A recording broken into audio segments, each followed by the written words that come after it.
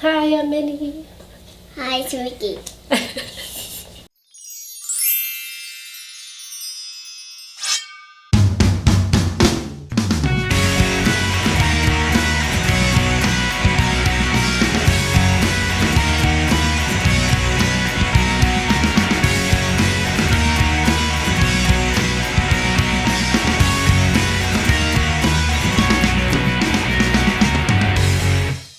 Hey, what's up guys? It's China here. It's Laura here.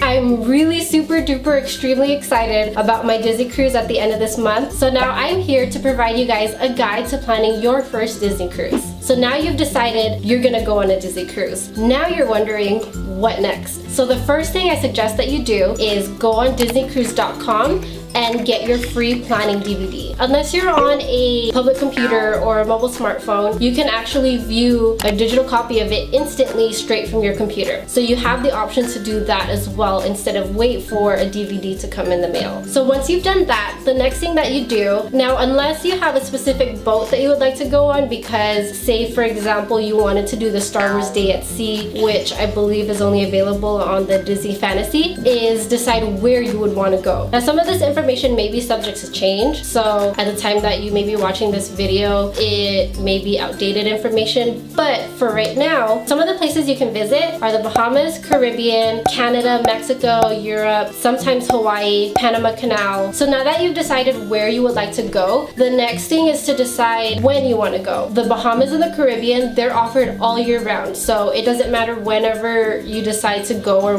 like what month you would like to go. Now if you want to go on a Europe trip for example, they only have certain months where they set sail in Europe, and so you would have to plan your vacation, like request your vacation time during the time that they have it available. You want to consider when you want to take your trip because it may not exactly coincide with where you want to go, so you would have to make sure you plan accordingly, whether it be the time that you're allowed to have a vacation or whether you want a vacation at a specific place and you just have to allocate your vacation time towards that time frame that they have it available. So the next thing to consider, and I wouldn't really consider it crucial or anything like that, but it's definitely something to be mindful of, is how long you want your trip to be. So for example, at work I'm only given 1 week vacations at a time, so I'm really only allowed to do probably a maximum of 4 or 5 nights for my trip. And so unless you're able to take like a 2-week vacation, you also want to consider the places that you want to go to may not offer a short period of time. For example, the transatlantic trip, that one I believe is already 2 weeks long. So unless you're trying to take a long vacation, I don't think that destination might be the best for you. So once you've decided the where and the when, the next thing you want to do is select your stateroom. So there are 4 different types of staterooms that the Disney Cruise offers. There's the inside stateroom, the ocean view stateroom, the veranda stateroom, and the concierge stateroom. The inside stateroom is the most inexpensive option, so if you're definitely trying to keep your budget low, that might be something that you want to select for whenever you do book your cruise. The inside stateroom doesn't have a balcony and doesn't have a window, so if you're claustrophobic that may not be the best room for you, but it does have like this cute little porthole where it's like an animated screen, and it basically is just there for entertainment purposes, just so it doesn't feel too claustrophobic. So it kind of gives that illusion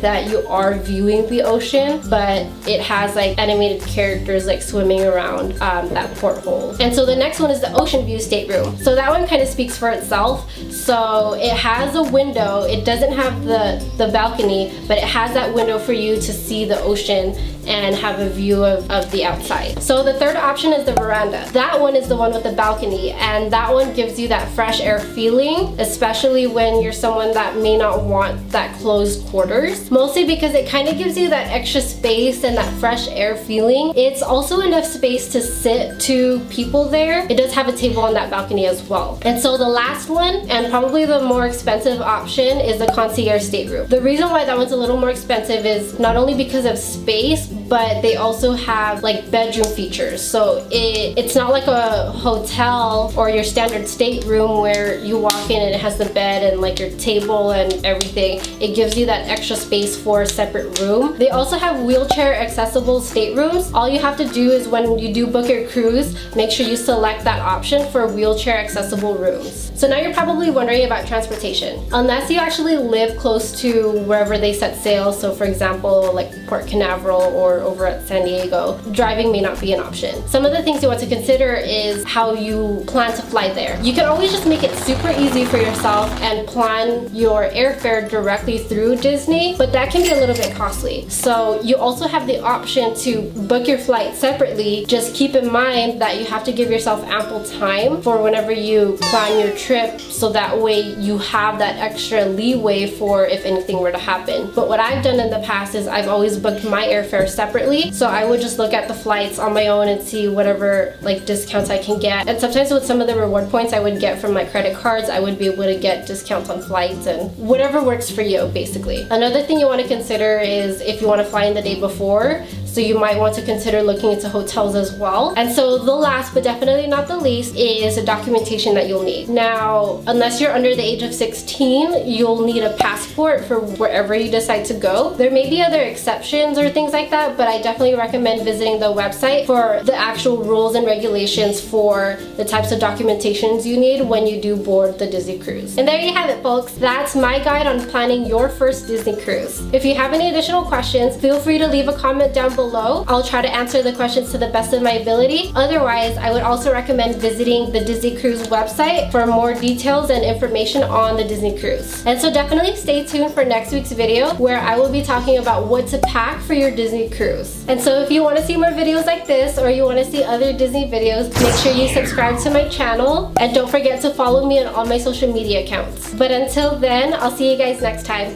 Bye. Bye!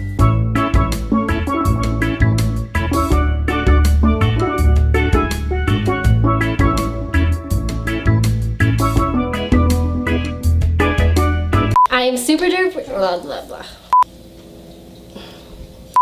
It's a chase, baby. 1, 2, 3. 1, 2, 3.